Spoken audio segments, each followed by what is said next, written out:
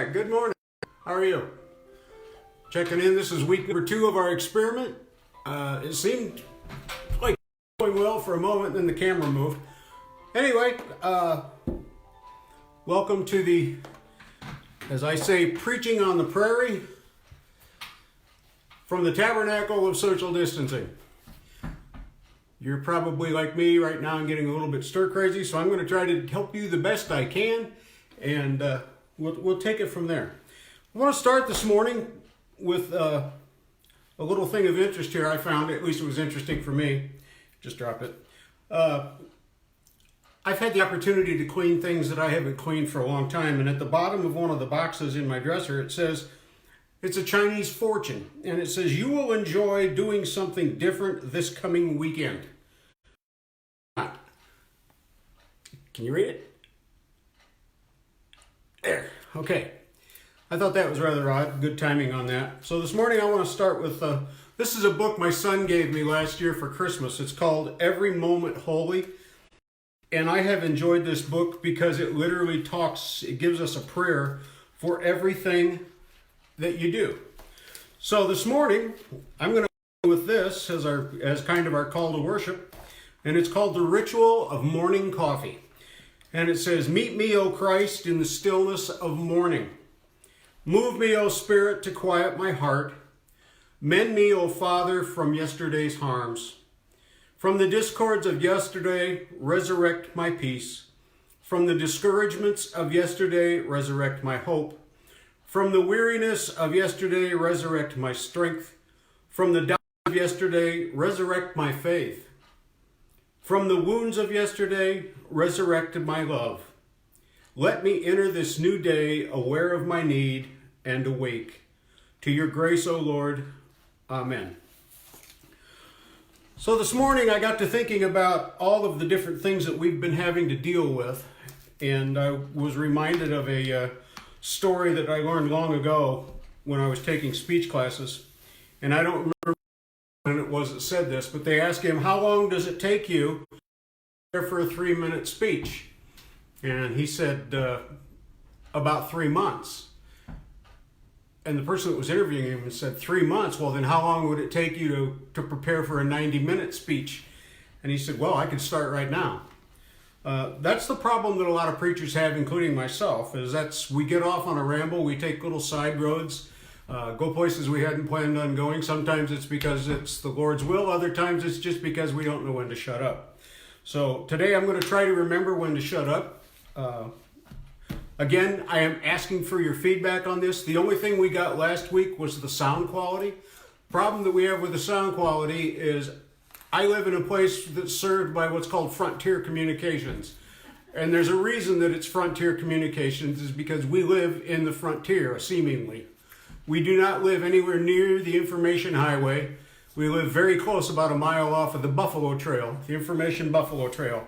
So that's why the sound cuts in and out. I apologize for that. There's nothing I can do about it unless I can find a different spot. I was gonna do this out in the backyard, but it's just a little bit windy today to do that. We survived last night very well. I hope you did too. It was really kind of a bizarre evening for a lot of people. We came off better than most. It seemed that the storm got just on the other side or just west of Deer Creek, and Lori must have raised her hands and it left. So I don't know what happened. It probably went someplace else, but it wasn't going to come to Lori's place. This morning I want to read to you from the book of Matthew. It's the 5th chapter. And I'm going to read to you from Eugene Peterson's The Message, which is backwards because I'm selfieing this. Anyway, the words I can still read. This is the passage from the 5th chapter of the book of Matthew that talks about salt and light. Let me tell you why you are here. You're here to be salt seasoning that brings out the God flavors of this earth. If you lose your saltiness, how will people taste godliness? You've lost your usefulness and will end up in the garbage. Here's another way to put it.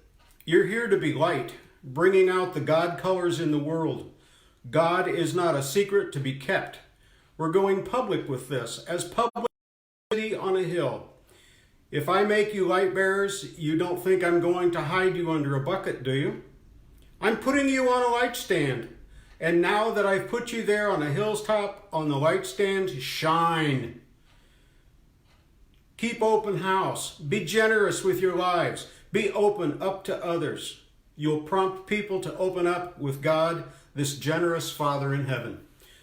I thought that was very fitting for what we're all going through right now. It's very difficult for us to feel like we're the light of anything when we're stuck in our houses and can't interact with one another. I had some people ask recently, what is the church? There are so many people that are hung up with the building.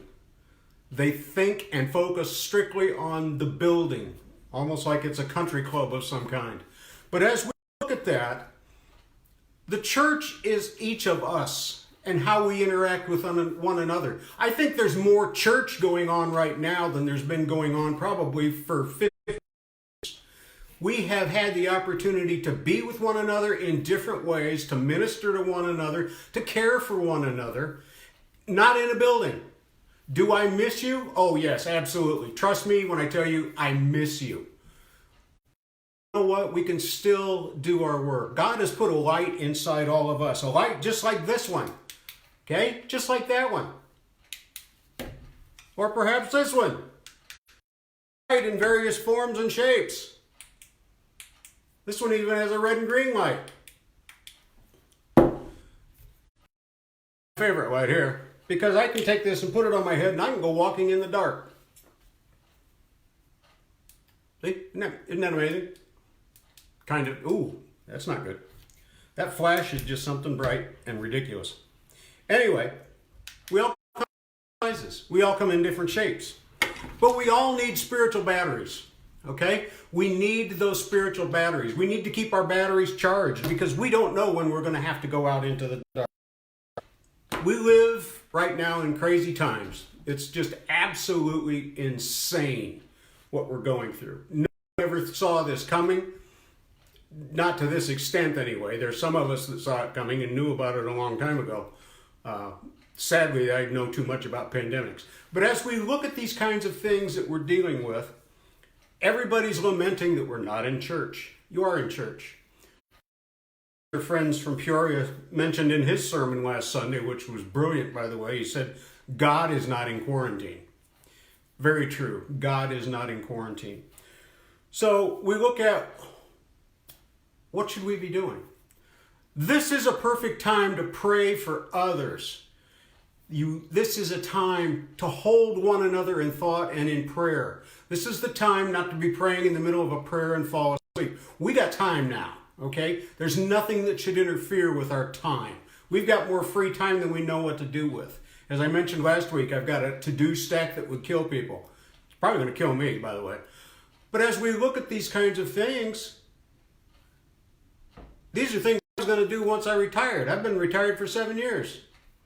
I guess I just didn't want to do them, is what that works out to be.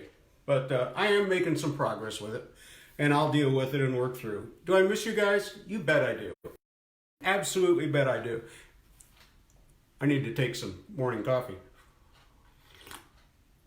Sorry for the slurp, but that's really hot. Church is where we are. Church is in the interaction that we have with.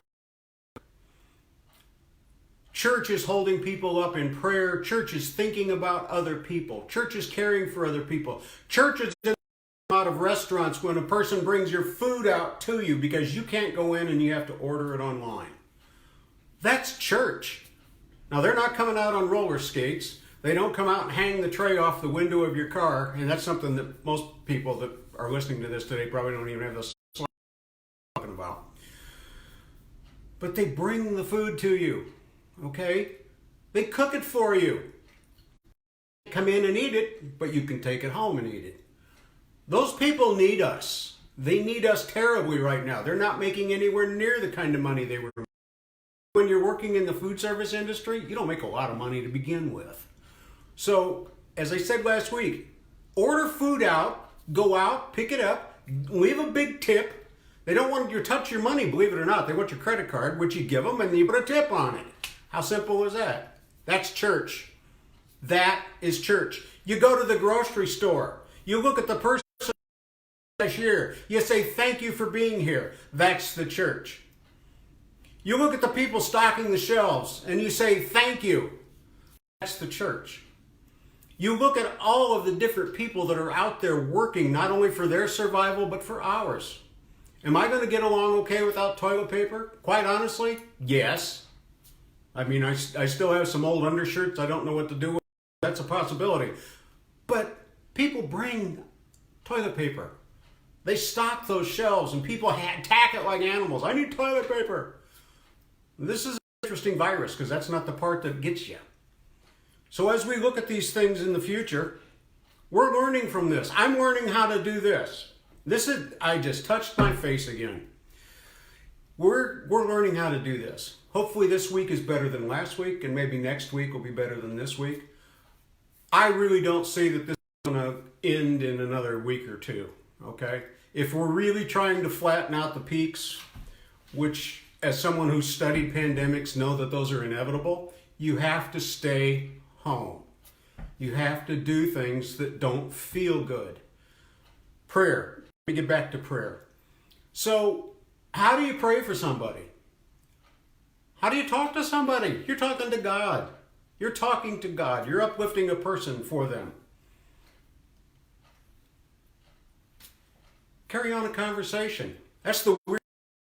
I can't see what's going on. So I just make the assumption that, there's somebody out there other than me. So people say, well, how would I know how to pray? How would I know when to pray? Well, let me tell you when you can pray. And this is where it really gets interesting. Pray for a half an hour. Take your cell phone out. How many times a day do you take out your cell phone? Think about it. How many times a day do you take out your cell phone? It's a lot. So when you take out your cell phone, before you turn it on, before you hit Facebook, before you make a call, say a 1-minute prayer. You can do it in less than that if that's what you want to do. But when you take a look at your phone, every time you do that, offer a little prayer for something, for someone. Okay? You'll be doing that 15, 20 times a day. And suddenly you've got a big prayer library. Write down on a sheet of paper all the things you want to pray about. All the things you want to offer thanks for. Check those off as you get on your phone once a day, once a time. One at a time. Let me try that again. So as we start looking through this, suddenly at the end of a day, you've prayed for 20 minutes, maybe 30 minutes, and don't even realize it. The thing about these things is it's our chance to be a church without being in church. We are the church. There's a great little song that's sung in Sunday school. I am the church, you are the church, we are the church together. That is so true, and we get an opportunity now to actually be the living body of Christ here on earth, ministering to other people. Salt, being the light.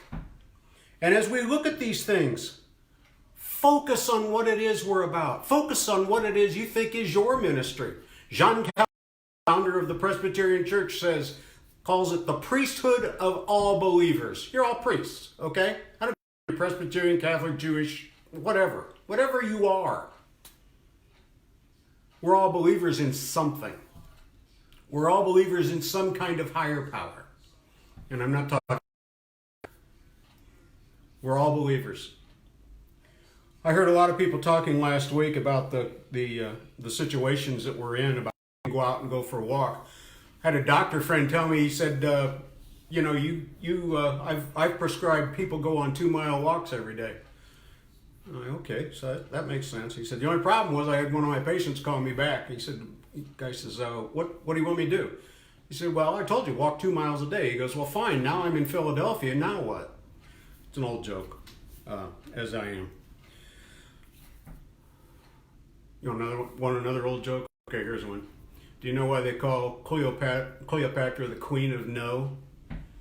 Because she was the queen of denial. Okay, anyway.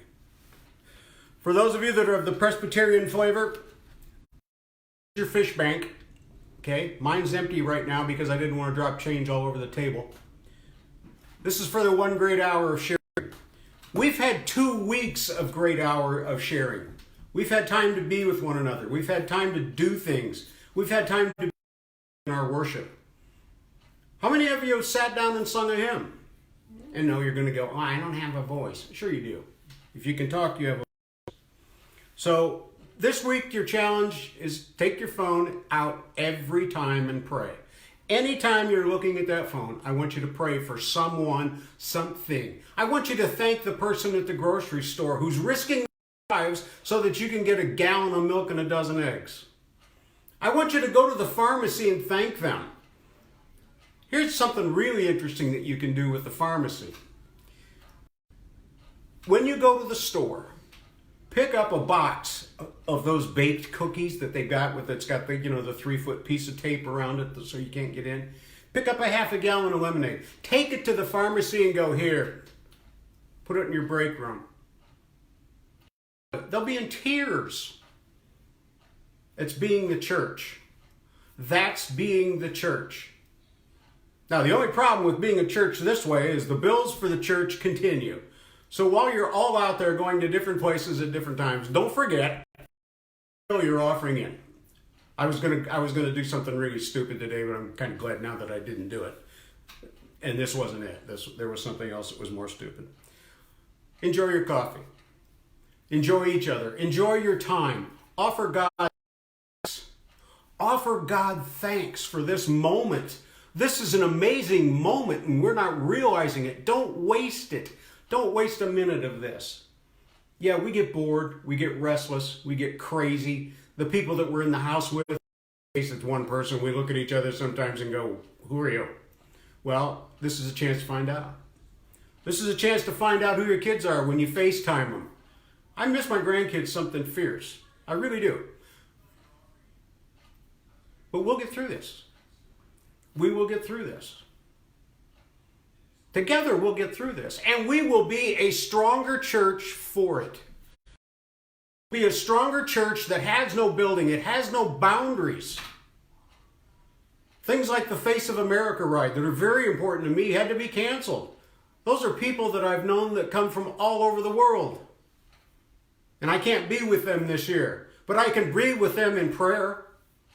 Be with me. They can pray for me. Trust me, I could use a few prayers, okay?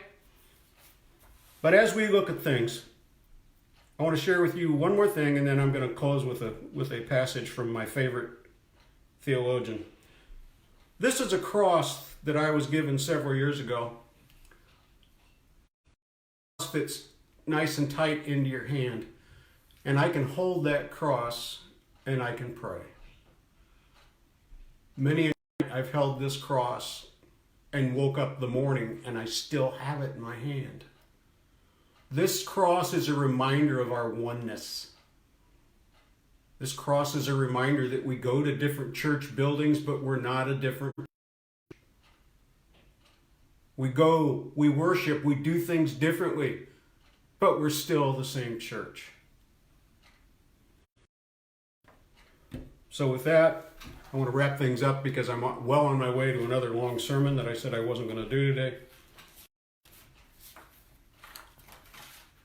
Back in World War II, there was a German theologian by the name of Dietrich Bonhoeffer, and for the folks that go to my building, your building that I happen to get to work in, you know I talk about Bonhoeffer a lot. If you want to be inspired, look up Dietrich Bonhoeffer and start reading some of his works. They're just amazing. They're just amazing. And this is from an essay he wrote, The Weight of Freedom, and it's called Life in the Church. There is no area of the church which is not wholly and exclusively subject to Christ. It is a dreadful reduction of the New Testament concept if today the church is often seen to have its existence only in preaching and the administrations of the sacrament. Wow. Wow, Dietrich, you hit a home run with that one. Church is not always an attractive place. It often consists in the repetition of certain ceremonies, worship, and sermons. Church can be a far more attractive place than that. But its attractiveness need not lie in making those ceremonies more tantalizing. It should lie in expanding the notion of what it means to be the church.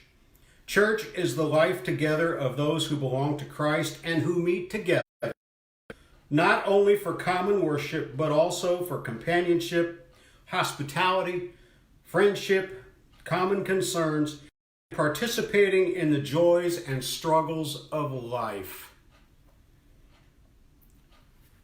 This week for me, there's been some joys and some struggles. The joys were my youngest son, Aaron, turned 36. I guess that's a joy. One of my granddaughters turned 5 the next day.